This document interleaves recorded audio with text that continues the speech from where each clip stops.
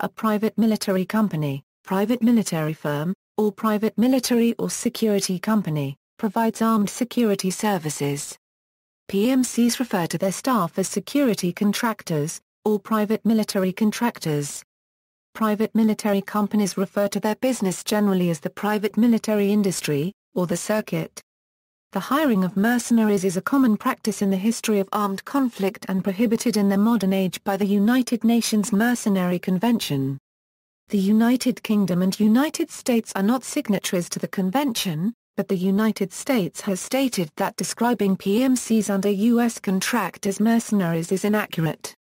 The services and expertise offered by PMCs are typically similar to those of governmental security, military or police forces, most often on a smaller scale.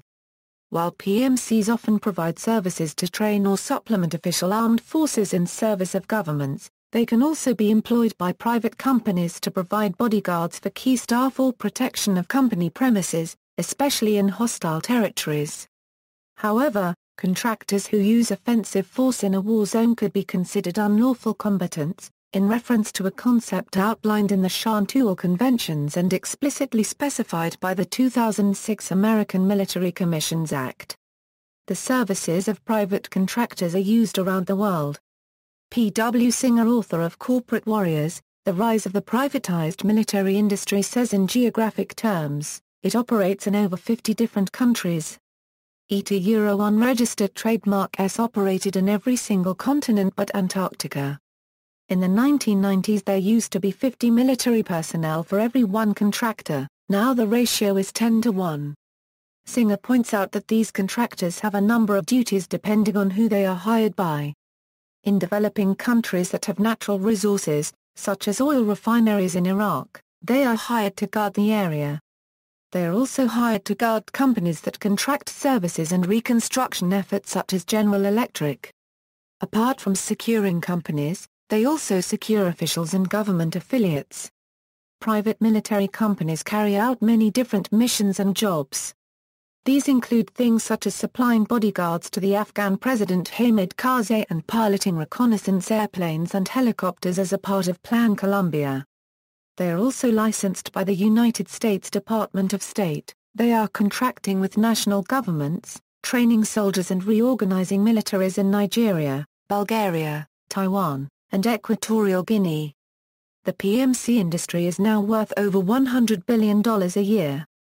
According to a 2008 study by the Office of the Director of National Intelligence, private contractors make up 29% of the workforce in the United States intelligence community and cost the equivalent of 49% of their personal budgets. History. Modern PMCs trace their origins back to a group of ex-SAS British veterans in 1965 who, under the leadership of the founder of the SAS, Sir David Stirling and John Woodhouse, founded Watchguard International as a private company that could be contracted out for security and military purposes. The company's first assignment was to go to Yemen to report on the state of the royalist forces when a ceasefire was declared. At the same time, Stirling was cultivating his contacts in the Iranian government and exploring the chances of obtaining work in Africa. The company eventually operated in Zambia and in Sierra Leone, providing training teams and advising on security matters. Stirling also organized deals to sell British weapons and military personnel to other countries for various privatized foreign policy operations. Contracts were mainly with the Gulf states and involved weapons supply and training. The company was also linked with a failed attempt to overthrow Colonel Muammar Gaddafi from power in Libya in 1971. Woodhouse resigned as Director of Operations after a series of disagreements and Stirling himself ceased to take an active part in 1972. Stirling also founded KAS International and was involved in a collaboration with the WWF to forcibly reduce the illegal poaching and smuggling of elephant tusks in various countries of southern Africa.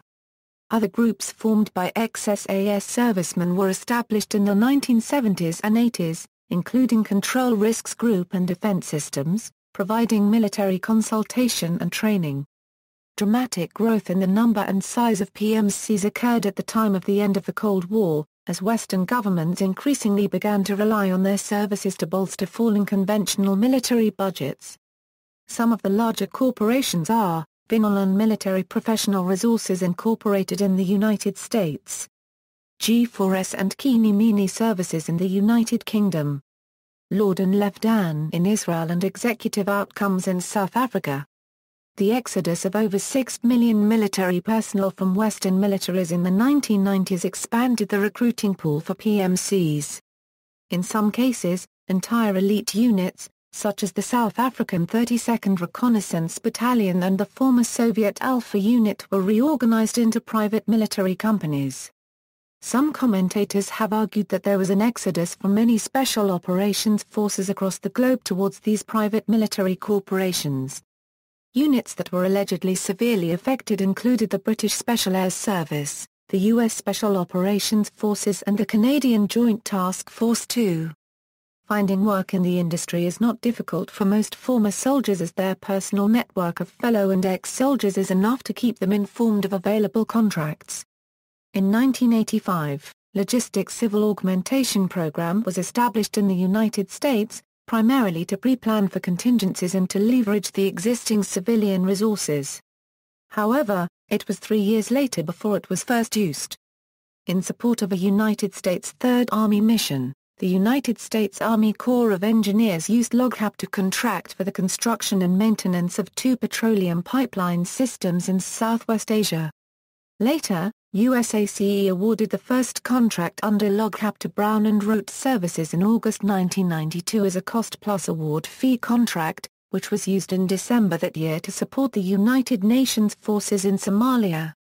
Some contractors have served in advisory roles that help train local militaries to fight more effectively, instead of intervening directly.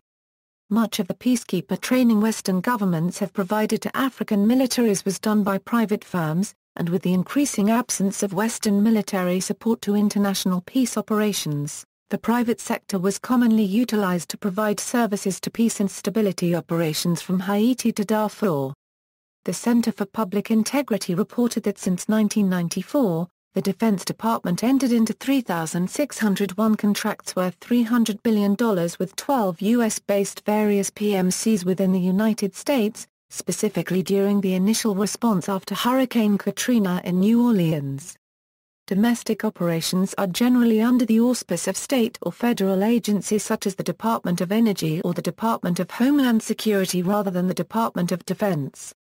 Driven by increasingly greater fears of domestic terror attacks and civil unrest and disruption in the wake of disasters, more conventional security companies are moving into operations arenas that would fall within the definition of a PMC. The United States State Department also employs several companies to provide support in danger zones that would be difficult for conventional U.S. forces.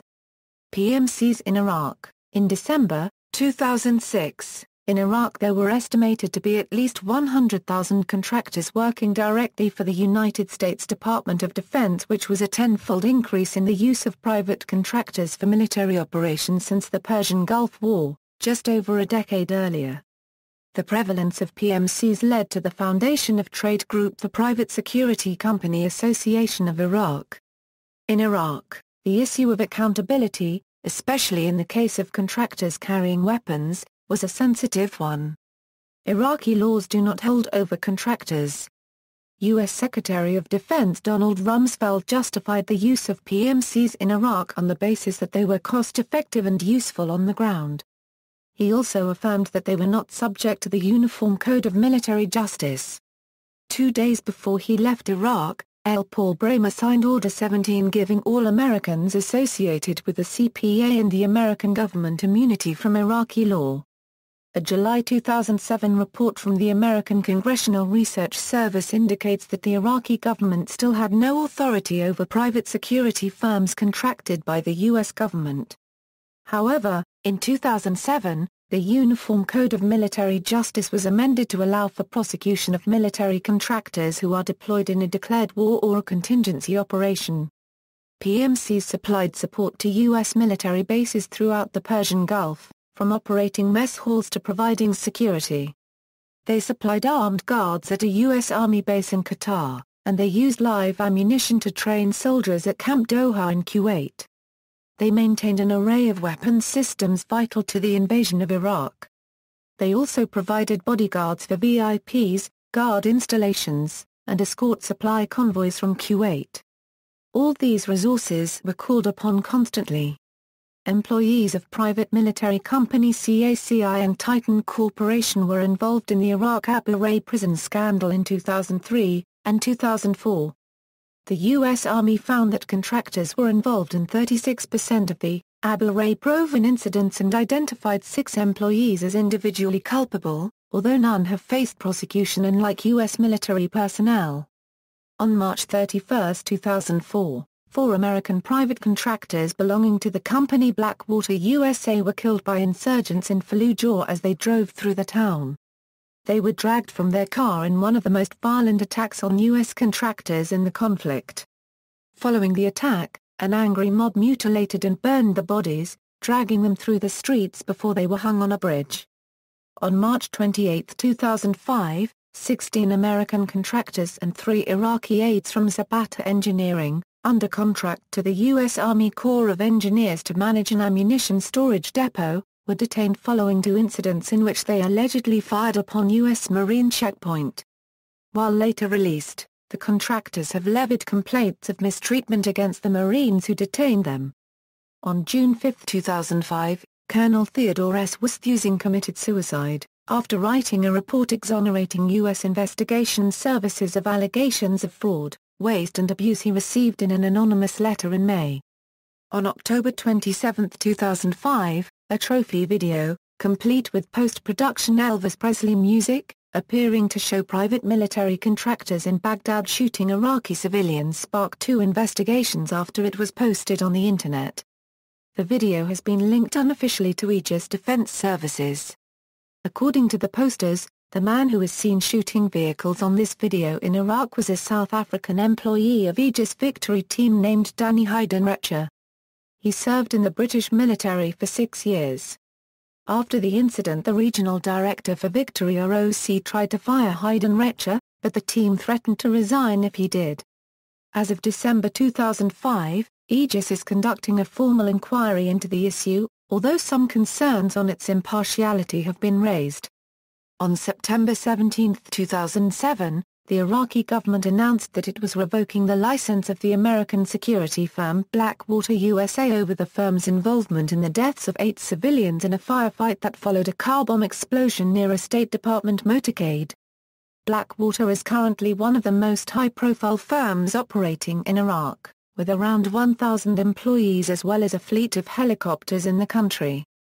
Whether the group may be legally prosecuted is still a matter of debate.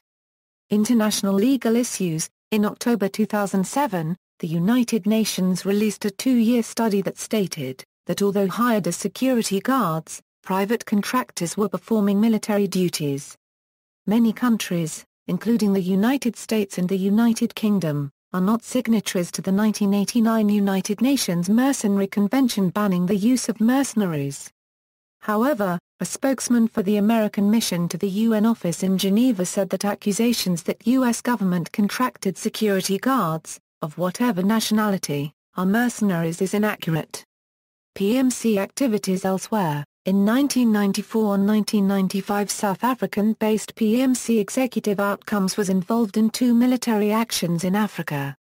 In the first conflict, EO fought on the behalf of the Angolan government against UNITA after a UN-brokered peace settlement broke down. In the second action, EO was tasked with containing a guerrilla movement in Sierra Leone called the Revolutionary United Front.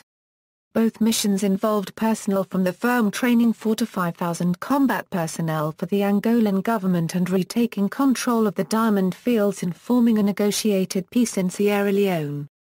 In 1999, an incident involving DynCorp in Bosnia was followed by a racketeer-influenced and corrupt Organizations Act lawsuit being filed against DynCorp employees stationed in Bosnia.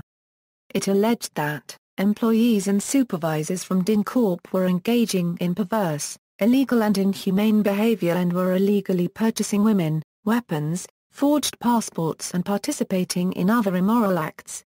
In 2000, the Australian Broadcasting Corporation's ABC Television International Affairs programme foreign correspondent broadcast a special report Sierra Leone, Soldiers of Fortune, focusing on the exploits of South African pilot Neil Ellis and his Mi-24 Hind gunship. The report also investigated the failures of the UN peacekeeping force, and the involvement of mercenaries, private military contractors, in providing vital support to UN operations and British military special operations in Sierra Leone in 1999 to 2000. On April 5, 2005, Jamie Smith, CEO of SCG International Risk, announced the expansion of services from the traditional roles of PMCs of protection and intelligence to military aviation support. SCG International Air would provide air support, medevac, rotary and fixed-wing transportation, heavy lift cargo, armed escort and executive air travel to any location on Earth. This marks a unique addition and expansion of services to rival the capabilities of some countries' armies and air forces. On March 27, 2006, Jay Kofer Black, Vice Chairman of Blackwater USA, announced to attendees of a Special Operations exhibition in Jordan that his company could now provide a brigade-size force for low-intensity conflicts. According to Black, there is clear potential to conduct security operations at a fraction of the cost of NATO operations. These comments were later denied. In mid-May 2006, police in the Democratic Republic of the Congo arrested 32 alleged mercenaries of different nationalities. 19 South Africans, 10 Nigerians and 3 Americans. Half of them worked for a South African company named Omega Security Solutions and the Americans for AQMI Strategy Corporation. The men were accused of plotting to overthrow the government, but charges were not pressed. The men were deported to their home countries. In 2006, a U.S. Congressional report listed a number of PMCs and other enterprises that have signed contracts to carry out anti-narcotics operations and related activities as part of Plan Colombia. DynCorp was among those contracted by the State Department, while others signed contracts with the Defense Department. Other companies from different countries, including Israel, have also signed contracts with the Colombian Defense Ministry to carry out security or military activities. In December 2009, the Congressional Research Service, which provides background information to members of the United States Congress, announced that the deployment of 30,000 extra U.S. troops into Afghanistan could be accompanied by a surge of 26,000 to 56,000 contractors. This would expand the presence of personnel from the U.S. private sector in Afghanistan to anywhere from 130,000 to 160,000. The CRS study said contractors made up 69% of the Pentagon's personnel in Afghanistan in December 2008, a proportion that apparently represented the highest recorded percentage of contractors used by the Defense Department in any conflict in the history of the United States. In September 2008 their presence had dropped to 62%, while the U.S. military troop strength increased modestly. Also in December 2009, the House Oversight Subcommittee said that it had begun a wide-ranging investigation into allegations that American private security companies hired to protect Defense Department convoys in Afghanistan would be paying off warlords and the Taliban to ensure safe passage.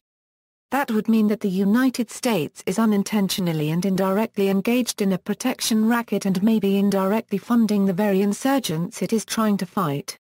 A preliminary inquiry determined that the allegations warranted a deeper inquiry, focused initially on 8 trucking companies that share a $2.2 billion Defense Department contract to carry goods and material from main supply points inside Afghanistan to more than 100 forward operating bases and other military facilities in the country. Relation to non-governmental organizations, the rare use by NGOs of private security contractors in dangerous regions is a highly sensitive subject. While rare, many NGOs have sought the services of private security contractors in dangerous areas of operation, such as Afghanistan, Somalia and Sudan due to the following reasons: lack of knowledge, skills and time to adequately meet the challenges of deteriorating security environments, and administrative costs of managing security in-house and potential to outsource the liability. Quite often the contractors hired are local companies and mostly are unarmed personnel guarding facilities, only very rarely are international contractors or mobile armed security personnel used. However, there are a great many voices against their use who cite the following problems: Outsourcing security left NGOs reliant on contractors and unable to develop their own security thinking and make their own decisions. Perceived association of PSPs with state security, police or military services in turn compromises the ability of NGOs to claim neutrality, leading to increased risk. Outsourcing may not necessarily lead to lower costs, and the cost of middlemen may result in more poorly paid and poorly trained personnel who turn over frequently and cannot adequately perform the job. And, NGOs have obligations beyond strictly legal liability that include political, ethical and reputational implications. If the organization unregistered trademark's responsibility to prevent and mitigate any possible negative outcomes is better achieved through in-house security, this should be their choice. The result is that many NGOs are not open about their use of PSPs, and researchers at the Overseas Development Institute studies have found that sometimes statements at NGOs' central headquarters contradict those given by local staff. This prevents informative knowledge sharing and debate on the subject needed to improve NGOs' decisions regarding this issue, though there have been some notable exceptions in the NGO Coordination Committee in Iraq. The private security contractor fulfills many different needs in the private and public sectors. While some nations rely heavily on the input of governments such as the US, other countries do not trust the US, so they tend to look for private contractors who will have a fiduciary obligation them. According to Joel Vargas, Director of Operations for Contingent Security Services, Limited and Assistant Director for Interport Police, it will be impossible to build democracies without having the assistance from the private sector performing activities for clients. Future: after the withdrawal of U.S. troops from Iraq, the U.S. State Department is reportedly planning to more than double the number of its private security guards, up to as many as 7,000. Defending 5 fortified compounds across the country, the security contractors would operate radars to warn of enemy rocket attacks, search for roadside bombs, fly reconnaissance drones and even staff quick reaction forces to aid civilians in distress. The State Department plans to acquire 60 mine-resistant, ambush-protected vehicles from the U.S. military to expand its inventory of armored cars to 1,320 and to create a mini-air fleet by buying 3 planes to add to its lone aircraft. Its helicopter fleet, which will be piloted by contractors, will grow from 17 to 29. Regulation: over the last decade there have been a number of initiatives to regulate the private security industry. These include the ISO PAS 28007-2012 Guidelines for Private Maritime Security Companies and the ANSI-ASIS PSC1 and PSC4 standards. See also, List of private military companies, Albrecht Wallenstein, Arms Trade, Command Responsibility, Conductor, Defense Contractor, Euphemism, Jus in Bello, LogCap 4, Military Industrial Complex, Monterey Document, Personal Security Detachment, Private Defense Agency, Private Intelligence Agency, Privateer, Shadow Company, Shadow Force, The End of America, Letter of Warning to a Young Patriot, Resources, Academic Publications, Arnold, Guy. Mercenaries, The Scourge of the Third World. Palgrave Macmillan, 1999. ISBN 978-0-312-22203-1 Brooks, Doug/Rathjebber, Sean Lee, The Industry Role in Regulating Private Security Companies, in Canadian Consortium on Human Security, Security Privatization, Challenges and Opportunities, Vol 6.3, University of British Columbia, March 2008. The Market for Force, The Consequences of Privatizing Security, by Deborah D. Avant, George Washington University, August 2005. ISBN 0-521-61535-6, Armies Without States, The Privatization of Security, by Robert Mandel, Lynn Riona Publishers, 2002. Private Armies and Military Intervention, David Shearer, April 1998. ISBN 0-19-829440-9, Corporate Warriors, The Rise of the Privatized Military Industry, P. W. Singer, Cornell University Press, March 2004. ISBN 8014-8915-6, Brillstein, Eric, Anti-Terror System. Engel Publishing 2005, ISBN 393854700, Machiavelli, Nicholas Squared. The Prince. 1532. CCH. 12. Privatizing Security, Law, Practice and Governance of Private Military and Security Companies by Fred Schreier and Marina Caprini, DCAF. Occasional Paper 6, The Geneva Center for the Democratic Control of Armed Forces, March 2005. Private Military Firms and the State, Sharing Responsibility for Violations of Human Rights and Humanitarian Law, Philip Aguinot, Collection Research, Series EMA Awarded Thesis, Vol. 7, Marsilio Editori SRL, Venice, Italy, 2006. Soldiers of Misfortune. Is the demise of national armies a core contributing factor in the rise of private security companies? By Meininger, Stefan and Carl 1 Quartermel, Gerard and Jar Currency Thomas. Private Security and Military Companies, Chances, Problems, Pitfalls and Prospects, versus Verlag Far 1 Quarter Sozialwissenschaften, Wiesbaden, 2007. ISBN 978-3-531-14901-1, Leashing the Corporate Dogs of War, The Legal Implications of the Modern Private Military Company by Hin Yan Yu, 15, 1, Journal of Conflict and Security Law 141-168, 2010. doi, 10.1093 KRPO 25, Willie, Peter J. Soldiers of Fortune, The Common Review, v. 5, No. 4, ppA 46 Euro 48. Private Security Companies, A Friend or a Foe? 1, by Petrovic Predrag, Milosevic Marko, Unijat Jelena and Stojanovic Sonia, Center for Civil Military Relations, 2008. ISBN 976-86-83543-51-9, Non-Academic Publications, Making a Killing, James Ashcroft. Virgin Books. ISBN 1-85227-311-9, Licensed to Kill. Privatizing the War on Terror, Robert Young Pelton. ISBN 1-4000-9781-9, Three Worlds Gone Mad, Dangerous Journeys Through the War Zones of Africa, Asia, and the South Pacific, Robert Young Pelton, August 2006.